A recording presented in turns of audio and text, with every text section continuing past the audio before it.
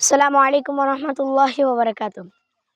আমি লিখব চিঠি দেব তোমায়, পাখি পৌঁছে দিও রোজায়। আমি লিখব চিঠি দেব তোমায়, পাখি পৌঁছে দিও রোজায়।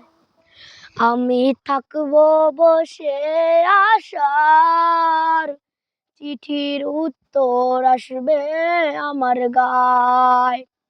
আমি থাকবো বসে আশার, চিঠির উত্তর আসবে আমার গায়।